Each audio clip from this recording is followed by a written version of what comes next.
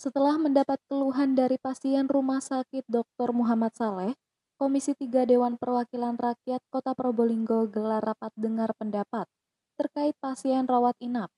Berubahnya pola pemberian resep menjadi sorotan Komisi 3 Kamis 25 Maret 2021. Dalam mewujudkan pelayanan yang baik, masih banyak kendala harus dilalui pemerintah, salah satunya pelayanan kesehatan kepada masyarakat. Seperti mengenai aturan penerapan resep kepada pasien, Badan Penyelenggara Jaminan Sosial atau BPJS yang dirawat di Rumah Sakit Dr. Muhammad Saleh. Pihak RSUD menerapkan pola pemberian resep obat kepada pasien dengan menerapkan aturan Formularium Nasional atau Fornas di mana ketentuan obat-obatan tercantum dan ditentukan oleh Kementerian Kesehatan atau Kemenkes. Agus Rianto, Ketua Komisi 3 DPRD Kota Probolinggo, menyampaikan RDP sengaja digelar setelah mendapat aduan dari masyarakat yang sedang menjalani perawatan di RSUD Dr. Muhammad Saleh. Agus mempertanyakan berubahnya aturan pemberian resep yang berbeda dari sebelumnya. Menurut ketentuan Fornas, bahwa segala jenis obat yang masuk dalam daftar obat Fornas adalah obat yang paling berkhasiat, aman dan dengan harga terjangkau dalam Sistem Jaminan Kesehatan Nasional atau JKN. Sementara menurut PLT Kepala RSUD Dr. Muhammad Saleh, Dr. Abror HS Kuda, menjelaskan bahwa perubahan itu untuk efisiensi penerapan kendali mutu dan biaya dalam pengobatan terapi. Untuk itu, Dr. Abror menyampaikan pihak rumah sakit mencoba mengembalikan ke aturan sebenarnya, agar dalam pemberian terapi kepada pasien bisa secara tepat sesuai dengan ketentuan yang ditetapkan. Jadi begini, kenapa RDP ini kita adakan, memang ini adalah salah satu tugas kita legislatif untuk mendengarkan keluhan masyarakat. Nah kebetulan memang ada masyarakat yang kena jantung, pengobatannya perlu berkelanjutan. Kalau dulu dia ngomong, Pak, saya dulu resep dokter 20 butir, ya dapat 20. Sekarang kok dapat 10. Runyamnya lagi saya nggak dikasih kopi resep. Nah ini kan tidak baik. Nah itu sebab itu coba kami bertanya kenapa? Apakah ada kekurangan obat atau bagaimana?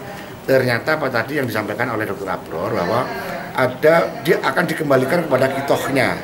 Kalau yang namanya namanya Fornas ya, formulasian nasional itu daftar obat yang di-cover oleh BPJS untuk mereka-mereka yang ikut BPJS. Nah ternyata di dalam daftar ini ada yang tidak tercantum untuk penyakit tertentu.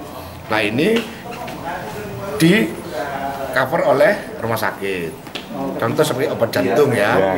Obat jantung yang ani apa tadi itu nanti ada catatannya di saya. Nah itu mahal kan harganya. Tapi sebetulnya di Fornas ada merek lain. Ya merek lain. Tadi Dr. Abror mengibaratkan kalau pakai ini Pak naik pesawat ke Jakarta, tapi kalau ini naik kereta. Tapi sama-sama tujuannya adalah sembuh kan begitu. Lah masyarakat berperasaan, aku biasanya dapat obat ini kok sekarang dikasih obat ini. Karena orang sakit untuk sembuh itu tidak hanya obat itu 30%. 70% itu adalah keyakinan, hati dan pikiran. Tapi oleh sebab itu makanya tadi sudah ditemukan solusi bahwa bagi mereka yang betul-betul miskin dan menemukan obat yang mahal, maka akan kami coba diformulasikan pakai dana SKTM non kuota yang ada di Dinas Kesehatan sebesar 1,9 miliar.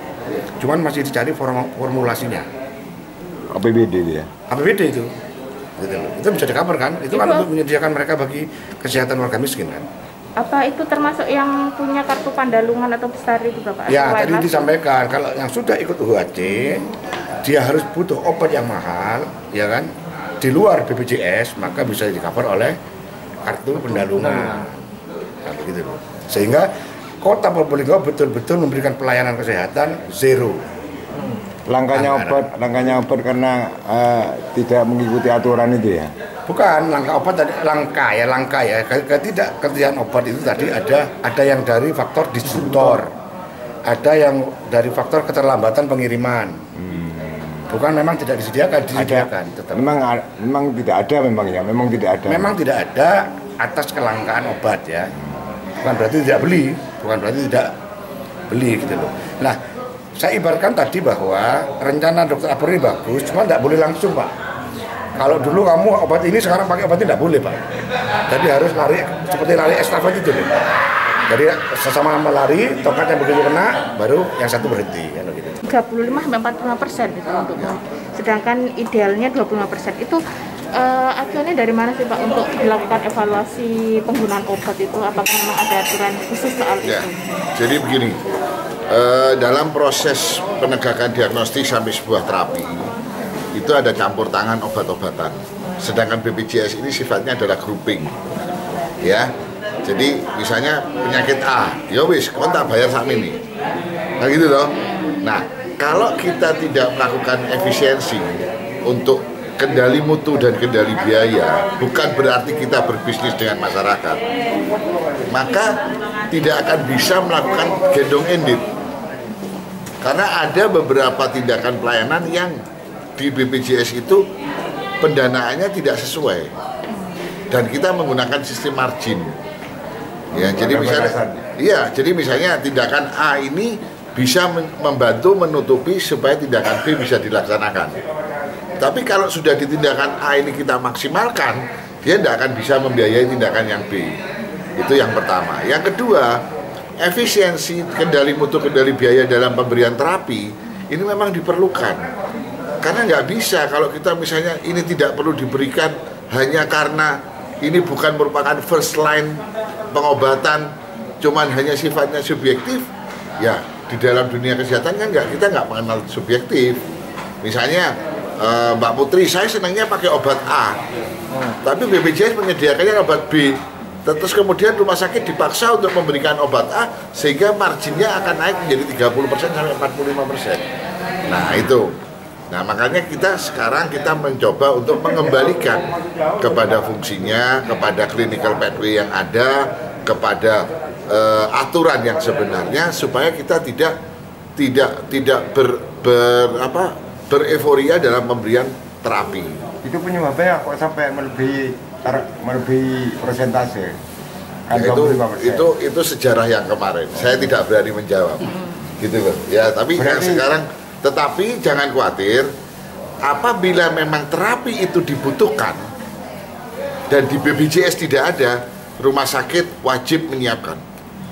Ya, salah satu contoh, misalnya kemarin pada saat COVID, itu di Fornas nggak ada penggunaan obat Gamaras yang satu file sampai 4.800.000 dan harus dibelikan dalam 30 file selama pengobatan. Itu nggak ada di Fornas. Tapi rumah sakit wajib menyiapkan dan masyarakat tidak ditarik biaya sebesar pun.